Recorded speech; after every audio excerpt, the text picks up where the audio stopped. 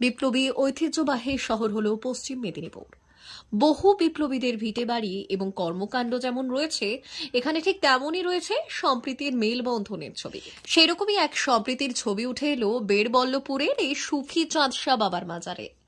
প্রায় দীর্ঘ ৮০ সাল থেকে এই মুসলিম ধর্মগুরুর সমাধিস্থলকে পাহারা দিয়ে যাচ্ছেন বৃদ্ধ চমৎ সেতুয়া। শুধু পাহারা দিচ্ছেন তাই নয়, এই ক্ষয়িষ্ণু শরীরে প্রতি সপ্তাহে নরনারায়ণ সেবা করছেন বিনা পারিশ্রমিকে। খিচুড়ি, আলু পোস্ত, ফুলকপির তরকারি, চাটনি, পায়েস, মিষ্টি যেমন রয়েছে, তেমনই রয়েছে পোলাও ও চানা মশলা। শতাধিক ভক্তদের সমাগমে তিনি হাসি মুখে পরিবেশন করছেন। ৮৫ বছরের এই বৃদ্ধির আক্ষেপ সরকারি স্বীকৃতি পেলাম না, এই আক্ষেপ রয়েছে এই মাজারে আসা ভক্তদেরও। তাদের বক্তব্য, যেখানে গোটা ভারতবর্ষ জুড়ে সম্প্রীতির মেলবন্ধনকারীকে পদ্মশ্রী প্রদান করেছে খোদ কেন্দ্র সরকার, সেখানে হিন্দু হয়ে এত বছর মুসলিম মাজার পাহারা দিয়েও সামান্য সম্মানটুকু জোটেনি কপালে। ভঙ্গুর এই মাজার আস্তে আস্তে হেলে পড়ছে, তা কিভাবে রক্ষা পাবে সেই নিয়েও তিনি চিন্তিত। প্রতি সপ্তাহে শহর ও জেলার সরকারি কর্তাদের আমন্ত্রণ জানান, সেই সঙ্গে আবেদন থাকে মাজার মেরামত করে দেওয়ার, কিন্তু আশ্বাস মিললেও মেলেনি সাহায্য। আজকে ১৯৮০ থেকে ২০২৫ ৪৫ বছর এই চাঁদসভার মাজারে সপ্তাহে যেটা অনুষ্ঠান হয়, দুই সম্প্রদায়ের মানুষ প্রসাদ খায়। হ্যাঁ, প্রত্যেক সপ্তাহতেই লোকজন আসে, বাবাকে শ্রদ্ধা ভক্তি জানায়। দূর দূরান্ত থেকে মানুষ আসছে। কি আবেদন করেন মূলত? কেন বাবার এত, যাকে বলেন লাইলা মজনু সম্পর্ক, আমি হিন্দুর একটা ছেলে, আমি তো ছেড়ে যেতে পারছি না। কোন দিক থেকে কি হচ্ছে, সপ্তাহে হয়ে যাচ্ছে, আজও পর্যন্ত হচ্ছে। তো এই ব্যাপারে এটা সকলের ভালোবাসা, প্রতিটি সম্প্রদায় মানুষের সহযোগিতা ভালোবাসাতে আমি টেনে যাচ্ছি। বহুবার তো সরকার দৃষ্টি আকর্ষণ করেছেন, কোনো হেল্প পেয়েছেন? সরকারি কোনো হেল্প? সরকারি কোনো রকম ১ টাকা আমাকে সাহায্য করেনি। এমএলএ, চেয়ারম্যান, মন্ত্রী কোনো কিছু ১ টাকা দেয়নি। আমি চালিয়ে যাচ্ছি। কিভাবে হয় জানি না, আমিও জানি না। ভালোবাসাতে কোথা থেকে জিনিস আপনি নিয়ে এসছেন, ও নিয়ে আসছে, ও নিয়ে আসছে, এইভাবে চলে। আগামী দিন কিভাবে চলবে? আমার ব্যবসা ছিল জুতো দোকান। আমি এখানে এত জোর সময় দিয়ে দিচ্ছি, আরো করে নেই। আমাকে এখানে যেটা কষ্ট করতে হয়েছে, ১ পোয়া মুড়ি ৩ পোয়া জল দিয়ে ফাইট করে এই জায়গায় দাঁড়িয়ে আছি। যেটা বলে লোক বলে ভালো কাজকে সম্মান দেয়, কই আমাকে তো ১ টাকা দিয়ে সম্মানিত কেউ করেনি, আমি আশাও করিনি। এই আমার জীবনে আজকে ৮৭ বছরে আমি রান করছি, এই চালিয়ে যাচ্ছি। কারো নজরে আমি আসতে পারিনি, জানিনি। আমি হয়তো ভুল করে যাচ্ছি বলেই তারা আসেনি। আমার আবেদন কি, আজকে একটা ইয়াসিন পাঠান যদি পাথরাতে একটু কাজ করে রাষ্ট্রপতি পুরস্কার পায়, আর সম্প্রদায় সম্প্রীতি করে এটার একটা রাষ্ট্রপতি পুরস্কার হবে না, সম্মান একটা হবে না। আর কি বলবো, বলার আর কি থাকতে পারে। এটা তো উপর থেকে অ্যাকচুয়ালি চেয়ারম্যান সাহেব এখানে এসেছিলেন এবং দেখে মাপঝোপ করে একটা প্রসেস করেছিলেন। সেটা ৩-৪ মাস হয়ে গেল, কিন্তু তারপরে এখন কিছু অসুবিধার মধ্যে নিশ্চয়ই আছেন, যার জন্য এই প্রসেসটা হচ্ছে না। আমরা আবার যাব, মানে রিসেন্টলি যাব, এবং আমরা প্রসেস চালিয়ে রাখছি যাতে প্রশাসনের তরফ থেকে এখানে কিছু সহযোগিতা আসে। এবং শুধু এটাই, এই কনস্ট্রাকশনটা নিয়ে আমাদের সবচেয়ে আগে বলার আছে, কারণ ছাদ ফেটে গেছে, ভেঙে গেছে, বর্ষাতে জল আসছে, মানে ভিতরে মাজারের ভিতরে জল পড়ছে। আর কতদিন এটা টিকবে? বাবা যদিও স্ট্রং, বাবা এত সহজে ভাঙতে দেবে না, সেটা আমরা জানি, কিন্তু আমাদেরও তো কিছু দায়িত্ব কর্তব্য আছে।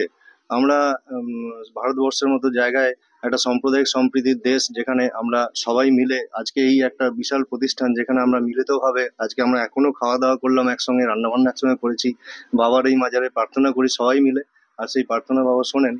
তো সেই জায়গায় দাঁড়িয়ে ইনি, এই ব্যক্তি ৪০-৪২ বছর ধরে আজকে যে স্যাক্রিফাইস সারা জীবন ধরে করে আসছেন, জুতো সেলাই থেকে চণ্ডীপাঠ যেটা বলে আর কি, ইনি আজকে ৪০ বছর ধরে এই মাজারে দাঁড়িয়ে এই সেতুয়া বাবু করে আসছেন। তো আমাদের সকলের তরফ থেকে এটাই প্রার্থনা যে একটা হচ্ছে প্রশাসন এই জায়গাটার উপরে নজর দিক, এই কনস্ট্রাকশনটাকে ভালো করে যাতে তৈরি করে দেন। আর দ্বিতীয় কথা হচ্ছে, এই ব্যক্তি যিনি ৪২ বছর ধরে সারা জীবন স্যাক্রিফাইস করেছেন, তার জন্য অন্তত রাষ্ট্রপতি পর্যন্ত এই জিনিসটাকে যেন প্রসেস করা হয়, এইটুকু আমার আবেদন আছে সকলের কাছে। আমার নাম মানব দে।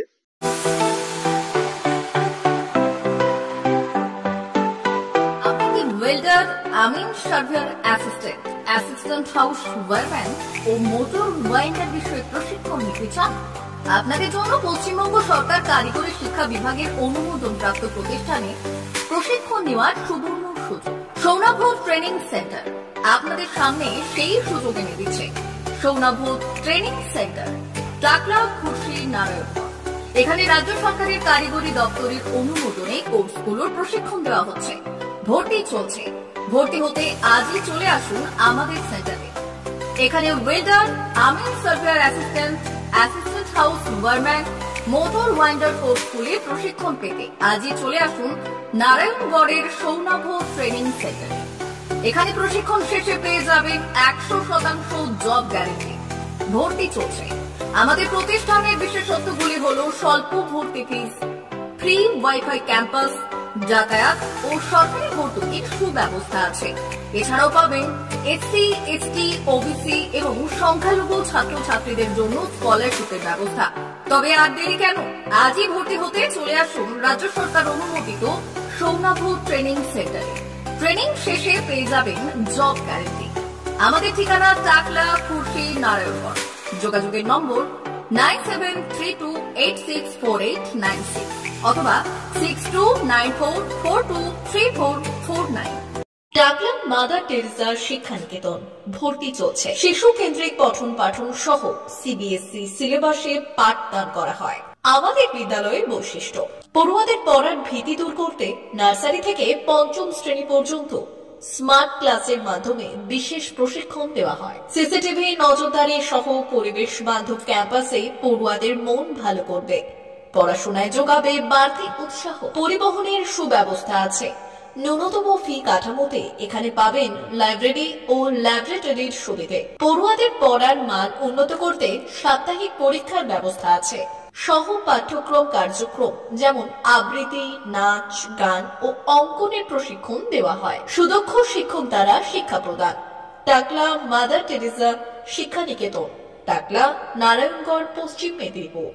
নার্সারি থেকে পঞ্চম শ্রেণী পর্যন্ত 2025-2026 শিক্ষাবর্ষে ভর্তি চলছে। বিশদ জানতে ও ভর্তির জন্য যোগাযোগ করুন 6294423449 অথবা 9732864896।